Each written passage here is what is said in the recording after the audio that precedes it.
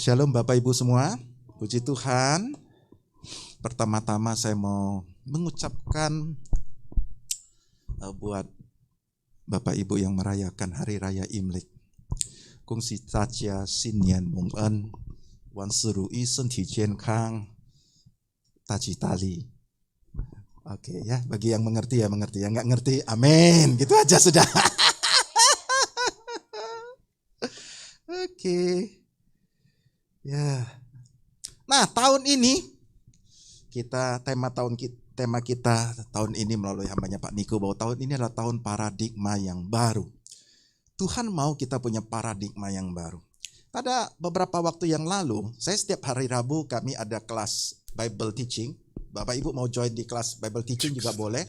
Di dalam kelas ini seluruh peserta boleh bertanya apa saja. Mereka boleh bertanya tentang apapun pertanyaan yang mereka tidak mengerti waktu baca Alkitab atau mereka tidak mengerti mengenai pemahaman pengajaran.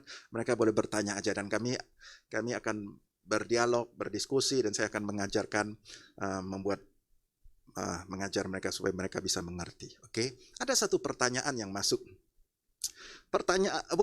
Dia jemaat ini mengirimkan video TikTok, saudaraku ya. Di belakangan ini banyak hamba Tuhan TikTok namanya gitu ya. Karena saya nggak ngerti namanya, tapi karena dia munculnya di TikTok gitu. Nah, hamba-hamba Tuhan ini biasa mengajarkan beberapa pengajaran. Nah, saya mau kasih tahu, tidak semua pengajaran dari hamba Tuhan TikTok itu benar. Oke? Ada satu pengajaran begini. Hamba Tuhan TikTok ini ya, dia tunjukin saya. Tunggu, saya akan puterin supaya Bapak Ibu bisa mendengar, supaya nggak salah gitu ya, bahwa apa yang saya bagikan ini adalah dari hamba Tuhan TikTok. Tunggu, Bible Teaching. Saya cari dulu dia punya materinya. Oke, ini. Tunggu ya. Sabar. Mana? Ini. Mana loaded? Tunggu ya. Kalau misalnya kita berzinah secara sengaja, mencuri secara sengaja, atau melakukan kejahatan-kejahatan lain secara sengaja, tapi kita percaya pada Sang Juru Selamat Tuhan Yesus, apakah kita akan diselamatkan? Tentu jawabannya adalah tidak. Kenapa? Karena pada 1 Yohanes 2 dikatakan bahwa barang siapa mengatakan bahwa dia mengenal Tuhan, tapi tetap hidup di dalam kegelapan, maka sungguhnya dia adalah seorang pendusta dan kebenaran tidak ada pada orang itu. Kalau misalnya kita mengatakan kita percaya sama Tuhan Yesus, tapi kita milih untuk hidup dalam dosa, ketahuilah bahwa sebenarnya kita sedang bohong. Karena kita bukan menganggap Tuhan Yesus sebagai Tuhan dan Juru Selamat kita, melainkan kita cuma ngakunya. Padahal sebenarnya enggak sama sekali. Barang siapa sungguh-sungguh percaya pada Tuhan Yesus sebagai Tuhan dan Juru Selamat, tentunya hidupnya akan taat sama perintah dan firman Tuhan yang baik dan benar, dan bukan malah hidup di dalam dosa. Kalau misalnya kita berzinah secara sengaja, mencuri secara sengaja, atau melakukan kejahatan-kejahatan lain secara sengaja, tapi kita percaya pada Sang Juru Selamat Tuhan Yesus, apakah kita akan diselamatkan? Tentu jawabannya adalah tidak. Kenapa? Karena pada satu. Oke, sampai situ ya. Nah, kalau kita mendengarkan pengajaran seperti ini, maka kita akan setuju kepada pengajaran seperti ini, bahwa kalau kita ini sudah kenal Tuhan Yesus, tapi kita sengaja berzina, kita sengaja mencuri, kita sengaja berdusta, kita sengaja berbuat dosa, maka apakah kita akan diselamatkan? Nah, hamba Tuhan TikTok menjawab, jawabannya adalah tidak, saudaraku. Dan di dalam kelas Alkitab ini ternyata banyak juga yang sepakat dengan hamba Tuhan ini. Oke. Dan saya penasaran, saya lemparkan kepada grupnya pendeta. Oh, ini pendeta semua gitu ya, dalam grup WhatsApp saya. Ini grup bukan hanya pendeta, grupnya gembala gitu ya, gembala sidangnya. Saya lemparkan ke situ ya. Semuanya menjadi terdiam, bingung, nggak tahu mau jawab apa, saudaraku. Artinya hal-hal demikian ini adalah ternyata Membingungkan, bukan hanya buat 1-2 orang jemaat, tetapi membingungkan kepada banyak orang dan membingungkan para hamba-hamba Tuhan. Saudaraku, hari ini saya mau supaya kita belajar punya paradigma yang benar. Paradigma yang baru adalah paradigma yang benar ya saudaraku ya. Ada banyak sekali kita hidup di dalam paradigma yang salah. Contohnya begini ya. Nah, saya akan menjelaskan judul khotbah saya adalah keselamatan bagian kedua. Oke, keselamatanku bagian kedua. Tetapi sebelum masuk ke situ saya mau menjawab sedikit dulu ya tentang keselamatan. Ini sebenarnya saya nggak mau khotbah tentang ini, tetapi ini selintas keselamatan bagian pertama. Jadi banyak orang tidak tahu, orang-orang Kristen hamba-hamba Tuhan juga banyak yang tidak tahu bahwa keselamatan itu sebenarnya adalah 2 bagian, saudaraku. Bagian pertamanya adalah begini. Waktu kita berbuat dosa, saudaraku, maka upah dosa itu adalah maut. Saudaraku, di dalam Roma 8 ayat 2, saya mau ajak kita melihat dulu Roma 8 ayat 2. Roma 8 ayat 2. Sebab apa yang tidak mungkin dilakukan oleh hukum Taurat, ayat 2. Roh yang memberi hidup telah memerdekakan kamu dalam Kristus dari hukum dosa dan hukum maut, saudaraku. Jadi waktu kita berbuat dosa, ada yang namanya hukum dosa dan hukum maut. Hukum dosa itu adalah, saudaraku, kalau kita baca di dalam Ulangan pasal 28, saudaraku, mulai dari ayat 15 dikatakan begini. Saya bacain dulu ya supaya jangan salah, jangan omongan saya, omongan firman Tuhan ini kan. Ulangan 28 ayat 15 nih. Bunyinya gini nih. Judulnya kutuk. Tetapi jika engkau tidak mendengarkan suara Tuhan Allahmu dan tidak melakukan dengan setia segala perintah dan ketetapannya yang kusampaikan kepadamu pada hari ini, maka segala kutuk ini akan datang kepadamu dan mencapai engkau. Terkutuklah engkau di kota, terkutuklah engkau di ladang, terkutuklah bakulmu dan tempat adonanmu, terkutuklah buah kandunganmu, hasil bumimu, anak lembu sapimu, dan kandungan kambing dombamu, terkutuklah begini, terkutuklah begitu. Panjang sampai ayat 68. Capek ya, saya nggak bacain deh gitu. Oke. Itu adalah akibat namanya hukum dosa, saudaraku ya. Kalau kita berbuat dosa, tidak mendengar firman Tuhan, tidak melanggar firman Tuhan, maka ada kutuk ini akan mencapai kita. Ini hukum dosa. Ada juga hukum maut. Ketika kita berbuat dosa, maka ada maut. Kita akan menuju kebinasaan kekal, saudaraku. Saudaraku, tahukah Bapak Ibu bahwa mulai dari zaman Adam, ketika Adam jatuh dalam dosa, dan selanjutnya semua keturunannya termasuk Kain juga jatuh dalam dosa ya, dan semuanya sampai pada hari ini tidak ada keturunan Adam yang tidak jatuh dalam dosa. Semuanya ada di sini yang tidak berbuat dosa? Tak ada satupun. Oke. Bahkan setelah kita terima Tuhan Yesus, ada di sini yang tidak berbuat dosa? Nggak ada. Semua orang keturunan Adam 100% berbuat dosa. Contohnya Kain ya, Kain keturunan Adam, anak sulung Adam. Kain itu satu kali dia emosi, dia dengki, dia iri hati, dia cemburu, saudaraku. Karena apa? Karena persembahannya kepada Tuhan tidak diterima. Sementara persembahan adiknya Habel itu diterima. Jadi dia dengki, saudaraku, dan dia begitu cemburu dan akhirnya dia pengen bunuh adiknya, saudaraku. Tuhan tahu. Dan Tuhan, ini bukan manusia loh ya, Tuhan sendiri mendatangi Kain dan dia berkata, Kain, awas, dosa sudah mengintip di depan pintu. Tapi kau harus berkuasa atas dosa tersebut. Faktanya adalah, walaupun diperingatkan oleh Tuhan sendiri, Kain tetap jatuh dalam dosa dan dia membunuh Habel, saudaraku. Itulah gambaran bahwa manusia itu tidak berkuasa atas dosa.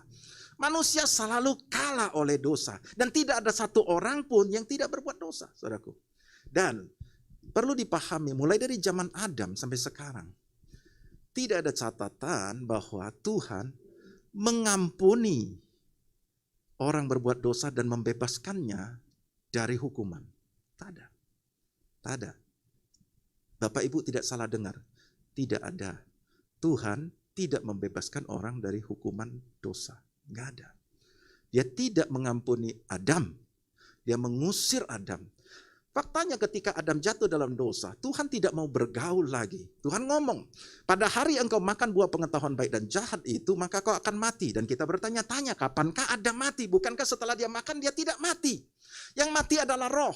Menurut Yakobus dikatakan, tubuh tanpa roh adalah mati, saudaraku. Jadi rohnya mereka mati, kenapa? Roh itu ditaruh Tuhan di dalam diri manusia. Manusia dengan binatang kan beda. Binatang terdiri dari tubuh dan jiwa, tapi manusia terdiri dari tubuh, jiwa, roh. Kelebihan roh ini adalah bagian daripada Tuhan. Waktu Tuhan menciptakan manusia, dia taruh roh di dalam tubuh manusia. Dan roh ini ditaruh dalam manusia itu untuk bisa bergaul dengan Tuhan. Dan kemudian roh ini terputus, mati. Karena apa? Tuhan tidak bergaul lagi karena dosa, saudaraku. Tuhan mengusir Adam, tidak izinkan dia masuk ke dalam Taman Eden lagi. Dan Adam sejak saat itu, saudaraku, Adam tadinya diberi kuasa. Dia katakan apa? Tuhan katakan apa? Beranak cuculah, taklukkan lu bumi, berkuasa dan taklukkan bumi, saudaraku. Nah, saudaraku, Tuhan memberikan kuasa kepada Adam untuk berkuasa atas seluruh bumi, saudaraku. Tapi sekarang nggak ada lagi. Adam tidak lagi berkuasa. Adam hidup di dalam kutuk. Tuhan ngomong, terkutuklah tanah dengan bersusah payah kau akan mencari rezekimu. Tadinya Adam tidak perlu bersusah payah karena semuanya sudah disediakan Tuhan. Sebelum Tuhan menciptakan Adam, Tuhan sudah sediakan semuanya yang terbaik. Segala sudah diciptakan dulu, sudah dibuat Taman Eden, semua yang terbaik sudah ada, baru dia taruh Adam di situ. Jadi Tuhan sudah persiapkan segala yang terbaik, baru dia ciptakan manusia ditaruh di situ. Tapi kemudian semuanya berubah. Adam hidup di dalam kutuk. Dia harus bersusah payah cari rezeki. Dan dia kehilangan kuasa. Dia kehilangan haknya, kuasa atas bumi. Sehingga satu kali iblis ngomong sama Yesus. Dia ngomong, kau lihat, iblis membawa Yesus kepada melihat kemegahan dunia. Kau lihat dunia beserta seluruh kemegahannya ini. Semuanya itu sudah diberikan kepadaku, kepada iblis. Kepadaku, dan aku berhak memberikan kepada siapa saja. Sujud dan sembah aku, dan aku berikan kepadamu. Adam kehilangan kekuasaan dia. Sudah diambil oleh iblis. Dia kehilangan berkatnya. Dia hidup di dalam kutuk. Dia terputus dengan Tuhan. Dan dia tidak mempunyai hidup yang kekal lagi. Saudaraku. Itu adalah gambaran manusia yang jatuh. Saudaraku. Dan tidak ada cara. Manusia berpikir. Ya enggak ya? Bahwa kalau aku buat pahala banyak-banyak. Aku buat kebaikan banyak-banyak. Maka aku bisa masuk surga. Kata siapa? Itu bukan kata Tuhan. Itu adalah konsep yang dibuat oleh manusia, bukan Tuhan. Yang punya sorga nggak punya konsep seperti itu. Orang berpikir, lagi-lagi orang berpikir bahwa Allah itu maha pengasih, maha pengampun. Sehingga kalau kita berbuat dosa, kita minta ampun, maka Allah akan mengampuni. Faktanya Allah tidak begitu. Upah dosa adalah hukum dosa dan hukum maut, saudaraku. Dan kita nggak bisa lepas dari dia. Kemudian Tuhan memberikan satu solusi. Bagaimana caranya supaya kau bisa masuk surga? Maka dia memberikan kepada Musa, saudaraku, waktu zaman Musa, saudaraku, dia memberikan namanya hukum Taurat. Hukum Taurat adalah hukum yang paling sempurna di muka bumi di seluruh zaman. Itu adalah standar Tuhan, saudaraku. Itu adalah hukum yang terbaik, paling sempurna. Dan Tuhan ngomong di Ulangan pasal 28 nih, kalau kau bisa mendengarkan perintahku, kau bisa melakukannya, perintahku, ketetapanku, dengan setia, maka semua berkat ini akan mendatangi engkau. Tetapi kalau kau tidak bisa, artinya kau melanggar perintahku, kau hidup di dalam dosa, maka semua kutuk ini akan mencapai engkau. Itu adalah satu solusi yang dibuat oleh Tuhan. Kalau kau bisa hidup sesuai dengan aturan mainku, oke, kau diselamatkan. Nah faktanya kita nggak bisa. Karena menurut peraturan itu kalau aku melanggar firman Tuhan itu, aku akan hidup di dalam hukum dosa dan hukum maut. Aku akan hidup dalam kutuk. Dan siapakah yang mampu hidup sesuai dengan hukum Taurat? Kita pasti berpikir ini pasti orang Farisi, ahli-ahli Taurat itu pasti bisalah hidup sesuai dengan hukum Taurat. Faktanya enggak. Satu kali orang Farisi, ahli Taurat itu membawa seorang perempuan yang ketangkapan berzina datang kepada Yesus. Dan mereka ngomong, menurut hukum Musa, yaitu hukum Taurat tadi, aturannya Tuhan tadi itu. menurut hukum Musa, hukum Taurat, maka perempuan yang kedapatan berzina ini harus dilempar batu sampai mati. Bagaimana menurutmu? Yesus ngomong sama ahli Taurat itu, ahli sekali itu, mereka hafal sekali gitu. Oke, kalian yang ahli ini, barang siapa yang tidak berbuat dosa, ambil batu duluan, lemparlah. Dalam sekejap, mulai dari yang tua sampai ke muda, semuanya kabur, hilang, saudaraku. Karena apa? Karena walaupun mereka ahli dalam hukum Taurat, mereka juga hidup dalam dosa. Faktanya tidak ada satu orang pun bisa tidak hidup dalam dosa. Maka sehingga di dalam Roma 8 ayat ketiganya bunyi demikian. Sebab apa yang tidak mungkin dilakukan hukum Taurat oleh karena tidak berdaya oleh daging, telah dilakukan oleh Allah. Apa maksudnya? Apa yang tidak mungkin, yaitu hukum Taurat itu tidak mungkin membuat kita selamat. Kenapa? Karena hukumnya memang sempurna, tapi kitanya dikuasai dosa. Kita jatuh terus dalam dosa. Kita berusaha, kita tahu hukumnya. Hukum ini kalau aku hidupi sungguh-sungguh, aku selamat. Tapi faktanya tidak ada manusia yang tidak dikuasai oleh dosa. Dosa itu melekat mencengkram kita. Mulai dari keturunan Adam, mulai dari Adam sampai ke sini. Tidak ada satu orang pun. Bermiliar-miliar orang. Satu pun tidak ada yang bisa tidak hidup dalam dosa. Nah kalau kau hidup dalam dosa, kau pasti binasa. Kena hukum dosa dan hukum maut tadi itu. Kau pasti mengalami maut, saudaraku. So, maka hukum Taurat ini yang sempurna ini tidak mungkin menyelamatkan. Jadi apa yang tidak mungkin dilakukan hukum Taurat, karena tidak berdaya oleh daging, tidak berdaya oleh kehidupan daging kita karena selalu jatuh dalam dosa, terlalu dilakukan oleh Allah. Dengan jalan mengutus anaknya sendiri dalam daging yang serupa dengan daging yang dikuasai oleh dosa karena dosa. Ia telah menjatuhkan hukuman atas dosa dalam daging. Supaya tuntutan hukum Taurat digenapi dalam kita. Yang tidak hidup menurut daging tapi menurut roh. Maksudnya begini. Karena kita nggak berhasil, kita selalu jatuh dalam dosa. Semua kita pasti hidup dalam dosa, jatuh dalam dosa. Oke? Jadi kan gimana caranya kita supaya kita bisa hidup? Maka dia mengirimkan anaknya. Tapi anaknya ini kan kalau keturunan Adam, semua keturunan Adam pasti kan hidup dikuasai oleh dosa kan. Maka dia perlu mengirimkan seorang yang dalam bentuknya manusia juga, tapi tak boleh keturunan Adam. Itulah sebabnya Yesus harus lahir bukan keturunan Adam. Dia dipisahkan dari keturunan Adam supaya nggak ada dosa turunan yang mencengkram semua orang itu tadi. Maka Yesus dilahirkan dari seorang perawan dikandung oleh Roh Kudus. Sehingga dia bukan hasil pembuahan suami istri. Lahirlah seorang yang bukan keturunan Adam. Dan orang ini tidak dikuasai dosa. Dan selama 33,5 tahun Yesus ini sungguh-sungguh hidup sesuai hukum Taurat. Standarnya Tuhan. Jadi ada orang yang berhasil hidup sesuai dengan hukum Taurat. Ada. Satu orang itu yaitu Yesus. Karena apa? Karena dia tidak dikuasai oleh dosa. Nggak ada dosa turunan. Makanya saudara sepupu kita di dalam Alkitabnya, dalam kitabnya mencatat ada kelahiran Yesus juga dikandung oleh Roh Kudus, namun tidak mengerti kenapa harus lahir dikandung Roh Kudus, harus lahir dari seorang perempuan. Hari ini kita mengerti bahwa dia harus lahir dari bukan keturunan Adam, karena tidak ada satu orang pun keturunan Adam yang tidak dikuasai oleh dosa. Nah Yesus ini dia hidup sesuai dengan hukum Taurat. Dan dia tidak dikuasai oleh dosa. Dalam keadaan tidak berdosa ini, ada syarat berikutnya lagi. Kalau Yesus mau mati buat kita, menanggung semua dosa kita, bolehlah kita bisa diselamatkan. Kita nggak bisa ngomong, biar ku tanggung aja dosamu. Tuhan ngomong, tanggung-tanggung kau juga, tunggu mati kok. Kita nggak mungkin tanggung dosa orang, karena kita sendiri juga berdosa. Tapi Yesus yang tak berdosa ini, dia tukaran sama kita. Saya ajak kita lihat di dalam Imamat pasal 3.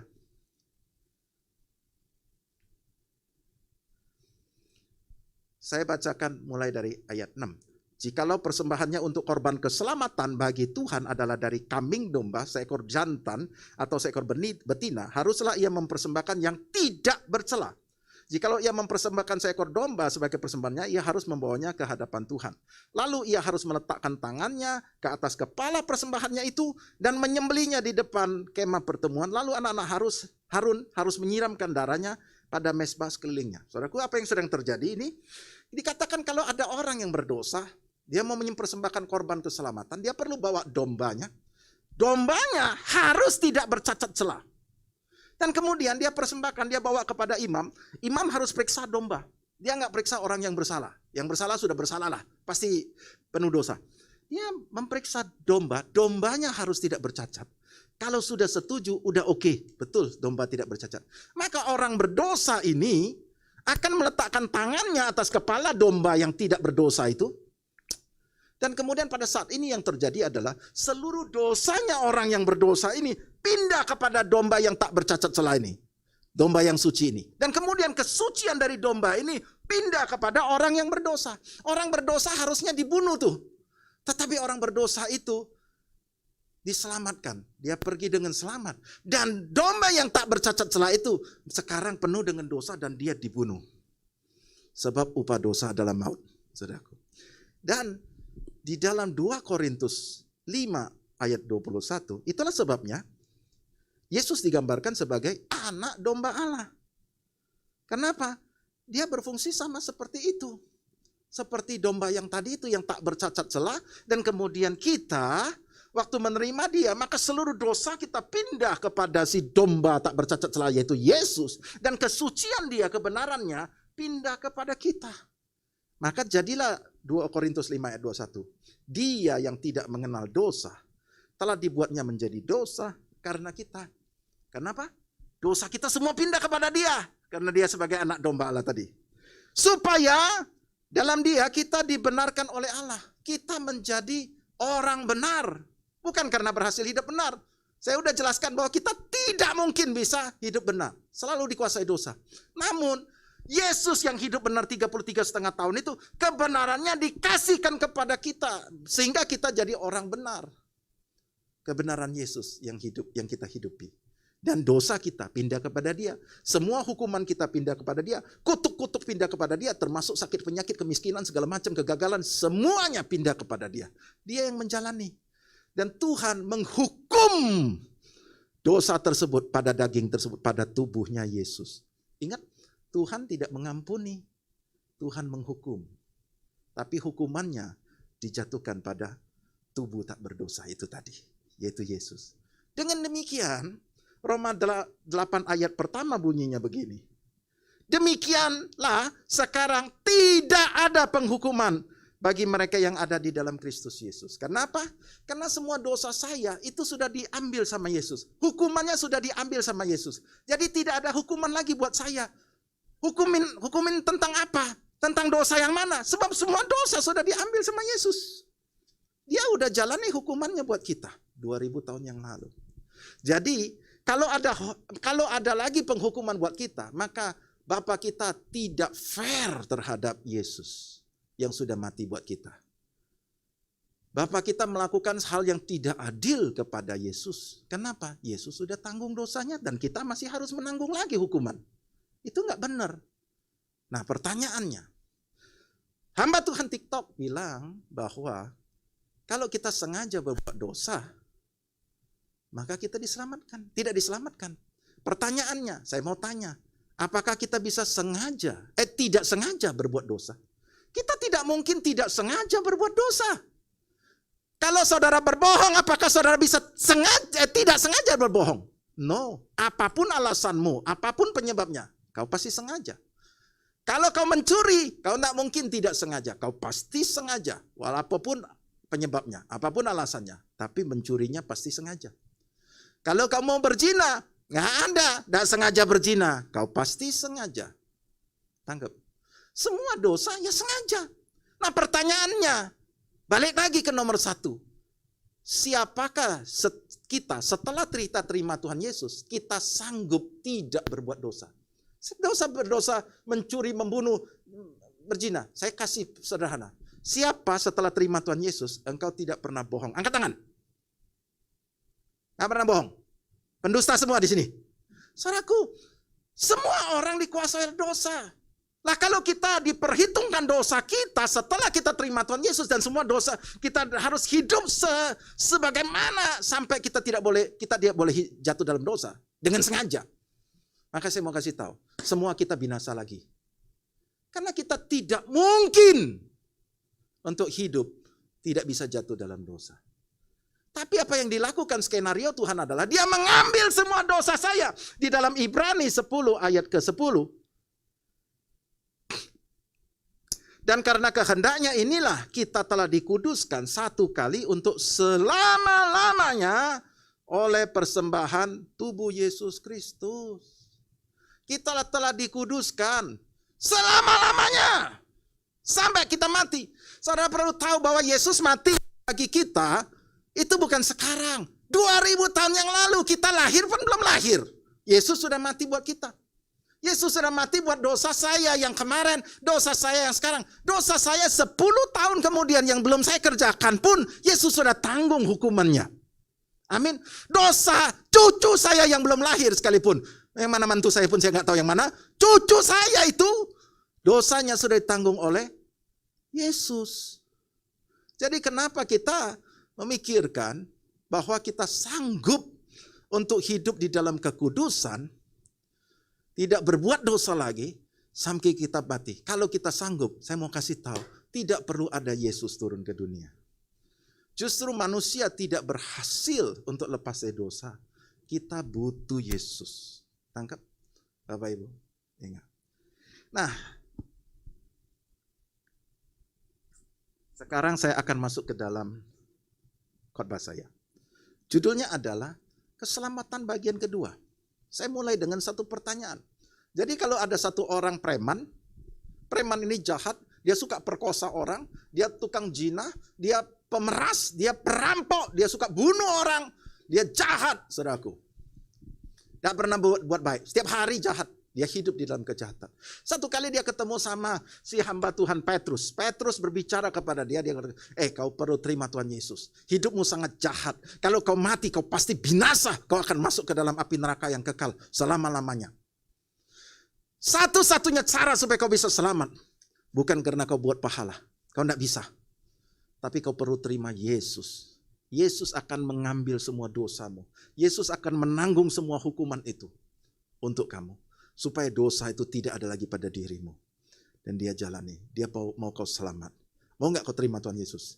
Jadi dia ngomong, maksudmu aku yang sudah begitu bejat ini, aku begitu rusak ini, kalau aku terima Yesus, maka Yesus akan menanggung semuanya buat aku. Dan aku akan selamat masuk neraka, masuk surga gitu. Yes, betul sekali. Kalau kau terima Tuhan Yesus, kau akan masuk surga. Kau diselamatkan. Tidak ada lagi penghukuman buat kamu. Serius, serius. Aku mau. Maka si preman ini, dia terima Tuhan Yesus. Saya tuntun dia terima Tuhan Yesus. Dia terima Tuhan Yesus, dia dibaptis. Dan dia ngomong, sekarang kalau aku mati, aku pasti masuk surga.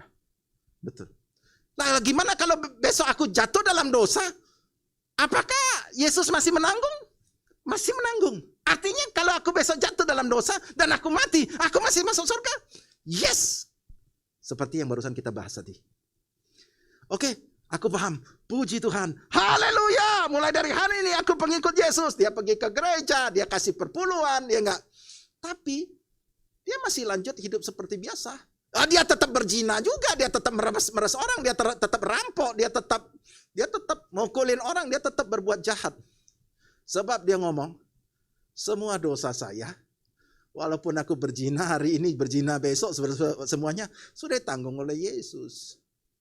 Aku nggak akan masuk neraka, aku akan masuk surga. Apakah demikian? Saudaraku, hal yang kedua. Kita akan mulai bingung. Lah Pak, kalau kayak gitu ya enak, semua orang berbuat dosa. Kalau itu pemikirannya, itu dikatakan hyper grace. Itu namanya kasih karunia yang hiper, ya, yang berlebihan, tapi salah, saudaraku. Mari kita akan lihat. Roma 6 ayat 4.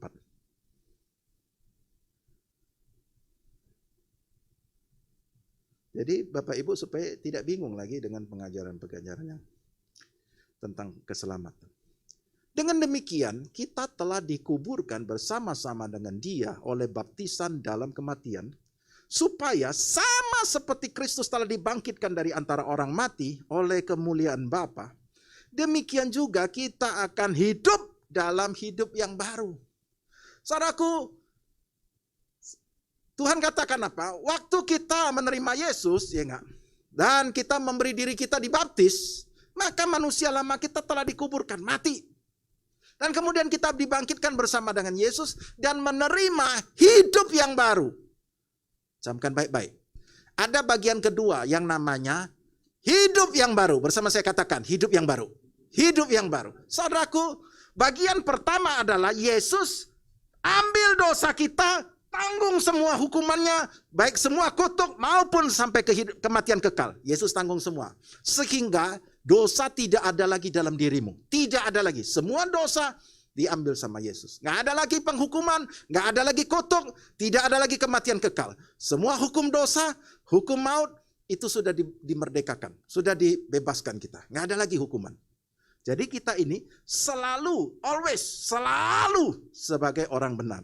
Bukan karena berhasil benar. Karena semua dosa kita sudah diambil terus. Semua dosa kita. Tapi kemudian, itu part 1. Urusan dosa sudah dibereskan oleh Yesus. Part 2. Yesus kasih kamu namanya hidup yang baru. Nah, saya mau kasih tahu. Kalau kau cuma mau terima part 1, bagian 1, tetapi tidak mau terima hidup yang baru, engkau binasa. Kau tetap mati. Kau binasa. Karena apa? Kau tidak menerima keselamatan itu secara utuh. Kau perlu menerima keselamatan itu secara utuh. Kau menerima matinya bersama dengan Yesus. Yesus tanggung semua. Dan hidup yang baru di dalam Yesus. Nah, dikatakan di dalam 2 Korintus 5 ayat ke-17. Dikatakan begini.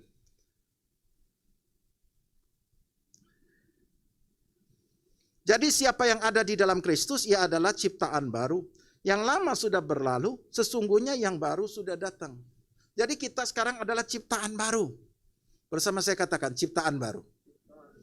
Ciptaan baru ini yang lama tuh harus check out, keluar. Yang baru datang. Nah sekarang, Tuhan mengajarkan kepada kita di dalam Efesus 4 ayat ke-17. Ini hidup yang baru, judulnya manusia baru. Lihat, jadi kita perlu tahu bahwa setelah kita terima Tuhan Yesus, kita bukan hanya diselamatkan masuk surga, tetapi kita masih hidup di muka bumi ini. Nah selama kita hidup di muka bumi ini, kita menerima hidup yang baru. Kita harus menjalani hidup yang baru sesuai dengan apa yang Tuhan sediakan. Ayat 17, judulnya manusia baru. Sebab itu, kukatakan dan kutegaskan ini kepadamu di dalam Tuhan. Jangan hidup lagi sama seperti orang-orang yang tidak mengenal Allah. Tidak mengenal Allah, bagaimana ciri-cirinya ya? Dengan pikirannya yang sia-sia, pikiran sia-sia, pikirannya tentang pikirin bagaimana caranya supaya dapat uang dengan cepat, pikirin caranya bagaimana bisa pakai dukun, pikirin caranya bagaimana nipu orang, itu pikiran-pikiran sia-sia, oke? Pikiran-pikiran yang jahat, oke? Dan pengertiannya yang gelap, ini ciri-ciri orang yang tidak kenal Tuhan. Paradigma pengertiannya itu gelap, pengertiannya tidak dicerahkan, tidak mengerti. Jauh dari hidup persekutuan dengan Allah. Mereka adalah orang yang tidak bergaul dengan Tuhan. Kenapa? Karena roh mereka masih mati. Waktu kita terima Tuhan Yesus, kita diberikan roh yang baru. Rohnya Yesus itu diberikan kepada kita. Sehingga roh yang baru ini bisa memanggil Allah, ya Aba, ya Bapa. Makanya kita baru pada zaman Yesus bisa memanggil Tuhan itu Bapa. Bangsa Israel tidak bisa panggil Tuhan itu Bapa. Karena Yesus belum memberikan rohnya kepada kita. Nah, Yesus lahir di dunia ini, dia julukannya adalah anak Allah. Oke, kita sering dibingungkan. Kita selalu memikirkan Yesus itu sebagai Tuhan. Jadi kita nggak bisa menerima dia itu sebagai manusia. Dan sebagai manusia itu Tuhan berikan dia julukan namanya anak Allah. Nah kita semua orang yang keturunan Adam berbuat dosa. Hidup dalam kutuk. Tapi semua orang yang di dalam Yesus itu dikatakan lahir secara roh. Kalau lahir keturunan Adam namanya lahir secara daging. Nah, tapi yang lahir dari Yesus itu, waktu kita terima Tuhan Yesus, lahir secara roh. Rohnya Tuhan Yesus itu diberikan kepada kita. Dengan demikian kita menjadi anak Allah. Oke? Kita ini masih bentuknya seperti itu, tapi rohnya ini gennya adalah gennya Tuhan Yesus sebagai anak Allah juga. Jadi kita ini sebagai anak Allah, ya enggak?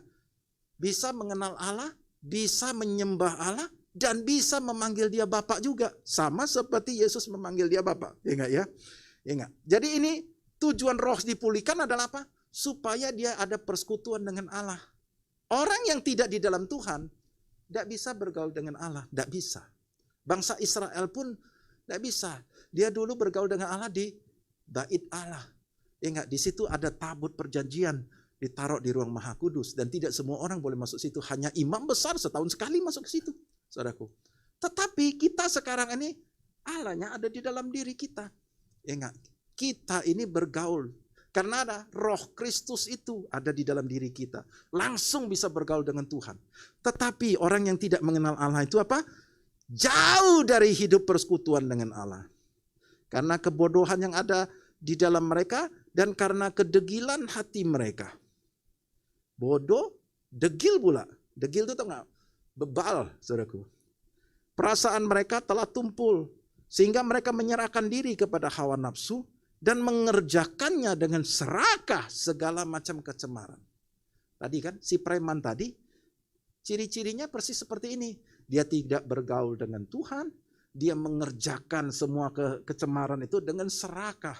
Pikirannya sia-sia, pengertiannya gelap, nggak ada hubungan dengan Tuhan, nggak bergaul dengan Tuhan. Saudaraku, kalau engkau hidup seperti ini, Tuhan ngomong apa? Jangan lagi hidup seperti itu. Itu adalah manusia baru. Kalau setelah kau terima Tuhan Yesus, Tuhan katakan, jangan lagi kau hidup seperti orang yang tak kenal Tuhan. Yang ciri-cirinya seperti itu. Ayat 20. Tetapi kamu bukan demikian, kamu telah belajar mengenal Kristus. Karena kamu telah mendengar tentang Dia dan menerima pengajaran di dalam Dia menurut kebenaran yang nyata dalam Yesus. Yaitu bahwa kamu berhubung dengan kehidupan kamu yang dahulu harus menanggalkan manusia lama yang menemui kebinasaannya oleh nafsunya yang menyesatkan. Supaya kamu dibaharui di dalam roh dan pikiranmu dan mengenakan manusia baru yang telah diciptakan menurut kehendak Allah di dalam kebenaran dan kekudusan yang sesungguhnya. Tuhan ngomong apa? Bagian kedua dalam keselamatan itu adalah menerima hidup yang baru. Kau harus menanggalkan manusia lamamu dan mengenakan manusia baru. Nah pertanyaannya, si preman tadi selamat enggak? Enggak. Karena apa? Karena preman tadi, dia menerima Yesus sebagai Tuhan dan Juru Selamat, tetapi dia tidak mau menerima hidup yang baru. Tangkap? Dia tidak mau menerima hidup yang baru. Dia tetap mau hidup yang lama dia, yang jauh dari persekutuan dengan Allah, yang pikirannya sia-sia, pengertiannya gelap, mengerjakan kecemaran dengan serakah. Dia tidak selamat. Tuhan ngomong apa? Kamu harus menanggalkan manusia lamamu, mengenakan manusia barumu yang telah diciptakan di dalam Kristus Yesus.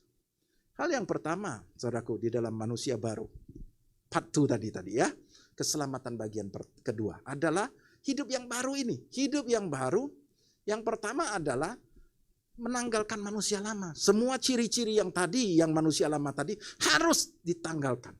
Dan kemudian kita mulai hidup dengan hidup yang baru.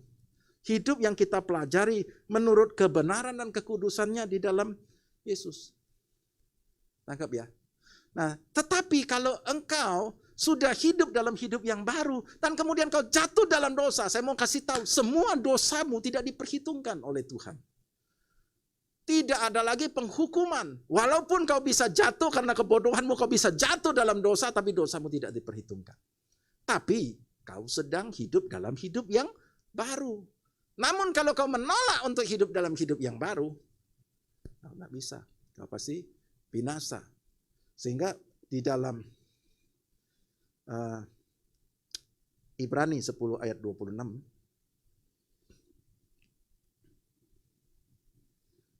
Sebab jika kita sengaja berbuat dosa sesudah memperoleh pengetahuan tentang kebenaran, maka tidak ada lagi korban untuk menghapus dosa itu. Tetapi yang ada ialah kematian yang mengerikan, akan penghakiman dan api yang dahsyat yang akan menghanguskan semua orang durhaka. Maksud sengaja di sini adalah engkau menolak hidup yang baru. Karena kalau berbuat dosa, pasti semua orang pasti sengaja. Tak ada orang berbuat dosa tanpa sengaja. Sengaja. Namun kau sengaja, kau tidak mau hidup dalam hidup yang baru. Kau menolak dan kamu tetap mau hidup dalam hidup yang lama. Kau pasti akan binasa. Itu yang pertama. Jadi paradigma kita harus berubah nih.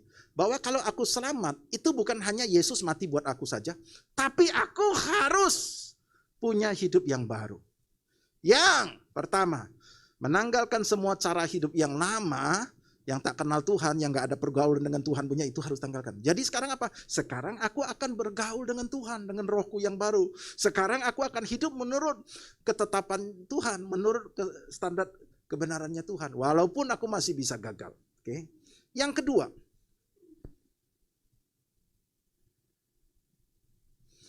kedua, kita lihat di dalam Ibrani pasal ke-11 ayat ke-6.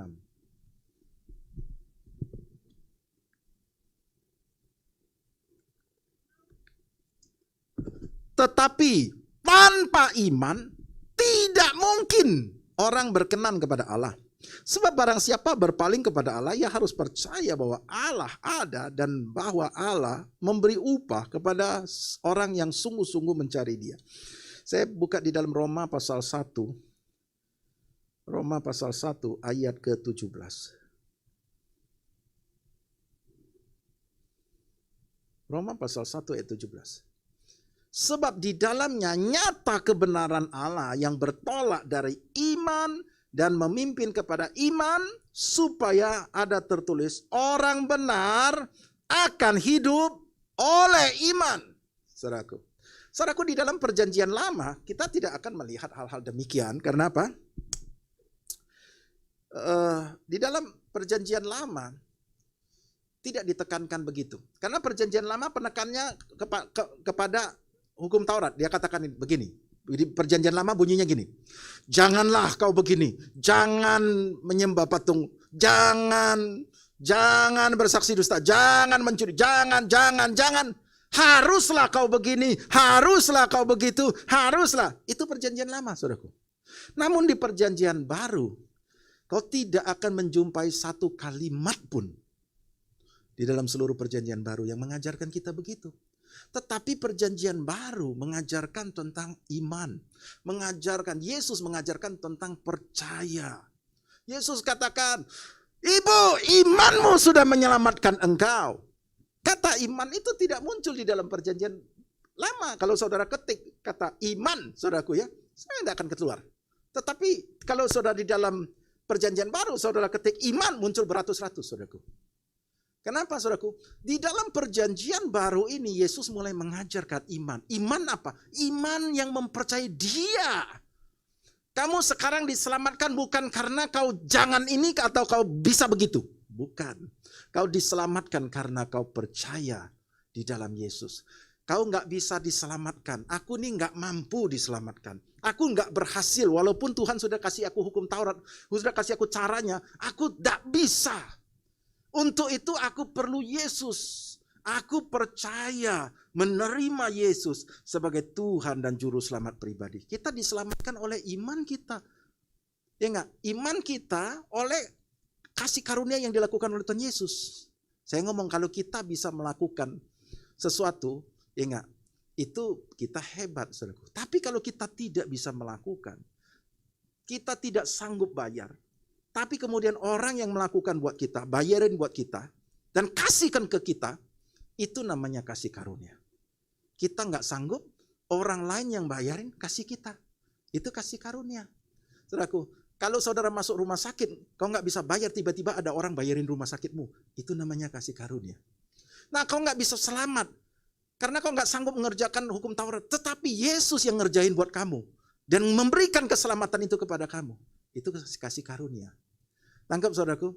Nah saudaraku, kita dituntut untuk di dalam hidup kita ini harus berubah. Kau tidak lagi hidup berdasarkan apakah kau mampu atau tidak. Tapi kau sekarang harus hidup berdasarkan kau percaya. Iman yang membuat kau percaya menerima segala sesuatu di dalam Tuhan. Bukan karena kau berjuang, kau hebat, kau sekolah tinggi, kau jago, kau punya koneksi, kau punya kemampuan membuat kau bisa mencapai. Itu adalah dunia, hukum dunia. Tetapi kalau hukum Taurat lain, hukum dunia adalah hukum kepatutan. Kalau kau hebat, kau sekolah tinggi, kau punya koneksi, kau punya kemampuan, kau bisa begini, kau bisa begitu, kau mungkin akan mengalami hal yang baik itu. Mungkin, itu hukum dunia. Hukum Taurat adalah kalau kau melakukan ketetapanku dengan setia, tidak menyimpang ke kanan dan ke kiri, kau bisa diberkati. Diberkatilah kau di ladang, diberkatilah kau di kota, diberkatilah buah kandungan selanjutnya. Tapi kasih karunia lain lagi. Kasih karunia bukan karena kau berhasil hidup sesuai hukum Taurat, juga bukan karena kau hebat, kau punya kemampuan seperti orang-orang dunia, tetapi karena kau percaya bahwa Yesus telah menyediakan segalanya yang terbaik untuk kamu. Dan Tuhan ajarkan kita apa atau tidak? Dia tidak mengajarkan kita lakukan ini dan itu. Dia ajarkan kepada kita di dalam Yohanes 15.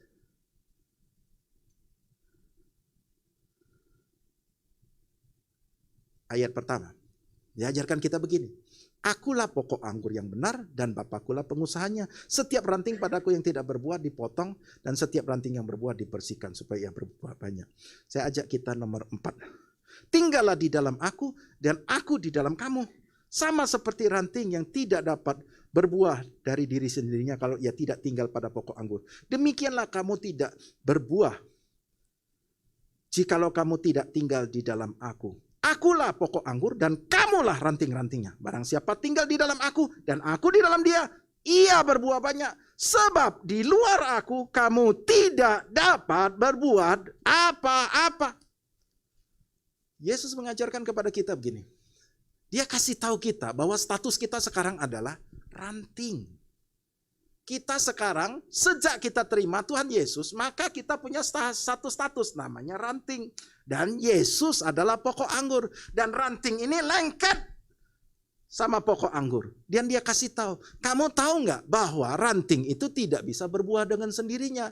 Tidak ada bisa ranting cari makan sendiri. Nggak ada. Semua ranting menerima kehidupannya, semua nutrisi, semua segala sesuatu dapatnya dari pokok anggur. Dan dia mau kasih tahu kita. Kau mau tahu nggak? Kalau kau bertindak sebagai ranting, kau bisa menerima segala sesuatu dari pokok anggur. Dan akulah pokok anggur, kaulah ranting. Kalau kau berdiri di luar aku, kalau kau bukan ranting yang melengkap sama pokok anggurku, kau tidak bisa berbuat apa-apa. Yesus mengajarkan kepada kita rahasia untuk gagal. Rahasia gagal adalah kalau kau tidak berlekat seperti ranting. Kalau kau berpikir bahwa ranting itu mampu bisa cari segala sesuatu berkat semua buat dirinya sendiri. Menghidupi dirinya sendiri. Dia bilang kau itu bodoh. Kau itu tidak bisa berbuah kalau kau di luar aku. Kau tidak dapat berbuat apa-apa. Tapi kalau kau bertindak sebagai ranting, apa yang dia katakan demikian? Dia katakan gini. Ayat 5 kan? Barang siapa tinggal di dalam aku dan aku dalam dia, ia berbuah banyak. Sebab di luar aku kamu tidak dapat berbuat apa-apa. Barang siapa tidak tinggal di dalam aku, ia akan dibuang keluar seperti ranting dan menjadi kering. Kemudian dikumpulkan orang, dicampakkan ke dalam api lalu dibakar. Kalau kau tidak tinggal melekat seperti ranting, maka kau akan kering, kau akan dikumpulkan dan dibakar. Jikalau kamu tinggal di dalam aku, dan firmanku tinggal di dalam kamu, mintalah apa saja yang kamu kehendaki, dan kamu akan menerimanya. Dalam hal ini Bapakku dipermuliakan, yaitu jika kamu berbuah banyak. Saudaraku, Tuhan ngomong apa? Kalau kamu di luar aku, kamu tidak bisa berbuat apa-apa, dan kamu tidak bisa berbuah. Tetapi kalau kau tinggal di dalam aku, dan aku di dalam engkau, dan firmanku tinggal di dalam kamu, Dan Tuhan ajarkan kita bagaimana caranya kau bisa berbuah, bagaimana kau bisa diberkati, bagaimana kau bisa menerima segala sesuatu. Kau minta sama aku. Kalau kau minta sama aku, mintalah. Ya. Jikalau kamu tinggal dalam aku, firmanku tinggal dalam kamu, mintalah apa saja yang kamu kehendaki dan kamu akan menerimanya. Saudaraku, bagaimana kita menerima? Apakah karena kita punya keahlian, karena kita punya koneksi, karena kita hebat, karena kita pengalaman? Ataukah karena kita berhasil hidup dengan sesuai dengan standar hukum Taurat? Bukan. Karena kita minta. Karena kita melekat dengan Yesus. Kita tinggal di dalam Yesus. Saya mau kasih tahu, kita tidak punya hidup di luar Yesus. Kita ini diberkati, kita ini diampuni dosa kita karena kita ada di dalam Yesus. Karena kita terima Yesus dan kita tinggal di dalam Yesus. Dan kita juga nggak bisa diberkati kalau kita tidak tinggal di dalam Yesus. Tapi karena kita tinggal dalam Yesus, kita juga menerima semua berkat itu. Nah, kalau kita sudah ada di dalam Yesus, Yesus ajarin kita hal yang sederhana. Kau cukup tinggal di dalam aku dan aku di dalam engkau. Kau cukup hidup di dalam firmanku ini. Kau boleh minta, aku kasih kamu. Kau akan melihat, itulah yang namanya kasih karunia. Sesuatu yang kita tak pernah bayangkan. Bagaimana caranya supaya aku bisa lepas dari problemku? Bagaimana caranya aku bisa diberkati? Bagaimana caranya aku bisa semakin meningkat hidupku? Kita nggak ngerti caranya. Karena di luar Tuhan kita tidak bisa berbuat apa-apa. Tapi kalau kita terus melekat di dalam Tuhan, kita mau hidup di dalam firman-Nya. Tuhan ajar kita caranya sederhana. Kau minta sama aku dan kau akan lihat. Kau nggak ngerti bagaimana caranya, tiba-tiba kau menerimanya. Itu kasih karunia. Bukan karena kita bisa, bukan karena kita punya kemampuan, tapi kita menerimanya dari Yesus. Firman Tuhan ini muncul hanya ada di perjanjian baru. Tuhan ajarkan kepada kita, minta maka kau akan diberi, cari kau akan mendapat, ketuk maka pintu akan dibukakan bagimu. Dan firman Tuhan ajarkan kepada kita di dalam Markus pasal 11, ayat ke-22. Yesus menjawab mereka, percayalah kepada Allah. Aku berkata kepadamu, sesungguhnya barang siapa berkata kepada gunung ini, beranjaklah dan tercampaklah ke laut, asal tidak bimbang hatinya, tetapi percaya bahwa apa yang dikatakannya itu akan terjadi, maka hal itu akan terjadi baginya. Karena itu aku berkata kepadamu, apa saja yang kamu minta dan doakan, percayalah bahwa kamu telah menerimanya, maka hal itu akan diberikan kepadamu. Saudaraku, Tuhan ajarkan kepada kita bagaimana cara engkau menerima segala berkat yang terbaik itu. Dia tidak mengajarkan kepada kita kau harus melakukan A, B, C, D. No. Dia ajarkan kepada kita bahwa segala berkat itu ada di dalam Yesus. Yesus itu sudah memberikan kepadamu. Yesus sudah memberikannya pada saat dia mati dan memberikan kepada kita hidup yang baru, dan dikatakan yang lama sudah berlalu, yang baru sudah datang. Nah, sekarang yang baru ini bagaimana supaya terjadi dalam kehidupan jasmanimu? Caranya adalah kau tinggal di dalam Dia. Kau melekat di dalam Dia dan kamu mulai hidup di dalam kebenaran firman-Nya. Dan kau minta sama Tuhan Yesus, aku bersyukur bahwa menurut firman Tuhan, Engkau sudah menyediakan ini bagiku. Aku bersyukur kau sudah membebaskan aku dari kutuk kemiskinan, dari kutuk sakit penyakit. Kau sudah bebaskan aku dari kutuk kegagalan. Semua kutuk yang tertulis dalam Ulangan 28 ayat 15 sampai 68 ini, yang aku baca ini, tidak berlaku lagi buat aku. Aku bersyukur. Dan menurut firman Tuhan, bahwa Engkau katakan kalau aku ada di dalam kamu, aku boleh minta apa saja. Terima kasih buat firman-Mu. Saat ini aku meminta berkat finansialku. Aku meminta Engkau memberkati usaha yang sedang kukerjakan. Aku meminta seorang anak. Aku meminta jodoh. Aku meminta ini. Aku meminta itu. Sebab aku tahu Engkau mengabulkan. Saudaraku, saya ajak kita lihat di dalam. Saya mau membuat kita mengerti bahwa ini adalah kebenaran firman Tuhan. Dan Tuhan mau kita hidup dengan paradigma yang baru. Kau jangan hidup dengan pola pikir orang-orang dunia yang berpikir bahwa dia, kalau kau punya koneksi kau bisa, kau hebat, kau segala macam, kau bisa. No, Tuhan mau kau punya paradigma yang baru. Kau adalah ciptaan baru. Tuhan punya sesuatu yang lebih baik lagi. Bukan karena hebatmu, tapi karena Dia sudah membereskan semua hidupmu.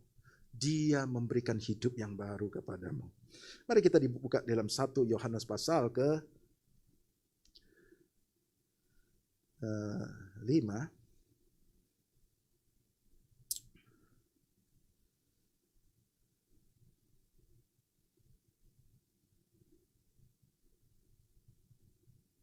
Mulai dari ayat 14. Dan inilah keberanian percaya kita kepadanya. 1 Yohanes 5 ayat 14 ya. Dan inilah keberanian percaya kita kepadanya, yaitu bahwa Ia mengabulkan doa kita jikalau kita minta sesuatu kepadanya menurut kehendaknya. Dan jikalau kita tahu bahwa Ia mengabulkan apa saja yang kita minta, maka kita juga tahu bahwa kita telah memperoleh segala sesuatu yang telah kita minta kepadanya. Kalau ada seseorang, oke, sampai situ ya. Jadi Tuhan katakan begini, kalau kita tahu, kita bisa berani percaya bahwa kita harus percaya bahwa Dia mengabulkan doa kita. Ingat, kalau kita minta menurut kehendaknya. Dan kalau kita percaya Dia mengabulkan, kita harus percaya juga bahwa kita memperoleh segala sesuatu yang telah kita minta kepadanya. Saudaraku, hebat saudaraku. Saudaraku, kalau baca di dalam perjanjian baru, kita hanya akan menjumpai Yesus mengajarkan, kalau kau sudah percaya kepada Dia, kalau kau sudah diselamatkan, kau hanya perlu melekat sama Yesus. Dan selanjutnya, imanmu itu penting. Iman untuk mempercayai segala sesuatu itu datang daripadanya. Bukan karena perbuatanmu, bukan karena kehebatan, bukan karena kau berhasil hidup standar hukum Taurat, tapi karena kau melekat, kau hidup menurut kebenaran firman Tuhan. Kau boleh minta apa saja. Apa saja. Tentu saja kau harus minta sesuai dengan kehendaknya. Dia tidak punya kehendak kau minta suami orang. Betul nggak? Dia tidak punya kehendak kau minta sesuatu yang jahat, saudaraku. Kalau kau mengerti kehendaknya, kau boleh minta apa saja. Dan Dia mau supaya kau hidup dalam hidup yang baru ini, saudaraku. Hidup dengan paradigma yang sudah dibetulkan. Itu yang Tuhan mau berikan kepada kita. Mari kita bersatu dalam doa. Yang pertama, Tuhan mau kita hidup dengan hidup yang baru. Tanggalkan manusia lama, ciri-ciri orang yang tidak kenal Tuhan, yang pengertiannya gelap, yang hidup tidak ada persekutuan dengan Tuhan. Ditanggalkan semuanya itu. Hidup dengan kecemaran, segala macam, mengerjakan dengan keserakahan. Saudaraku, tanggalkan semuanya. Tetapi selain daripada itu, Tuhan mau kita hidup dalam iman. Di dalam Yesus. Tuhan ngomong, kau gak bisa berhasil. Kalau kau mau hidup dengan kekuatanmu sendiri, kau gak akan bisa berhasil. Kau tidak bisa berbuat apa-apa. Kau akan gagal terus. Tapi kalau kau tinggal di dalam aku di dalam kamu, firmanku ini bisa tinggal di dalam kamu. Kau boleh minta apa saja. Kau akan lihat, semuanya itu akan terjadi. Apa yang tidak pernah kau lihat, apa yang tidak pernah kau dengar, apa yang tidak pernah timbul dalam hatimu, yang kau pikir tidak mungkin bisa terjadi, kau tidak punya kemampuan, kau nggak ngerti gimana caranya, kau putus asa, kau akan lihat tiba-tibanya itu menjadi terjadi. Semuanya karena kasih karunia Tuhan. Mari kita bersama doa.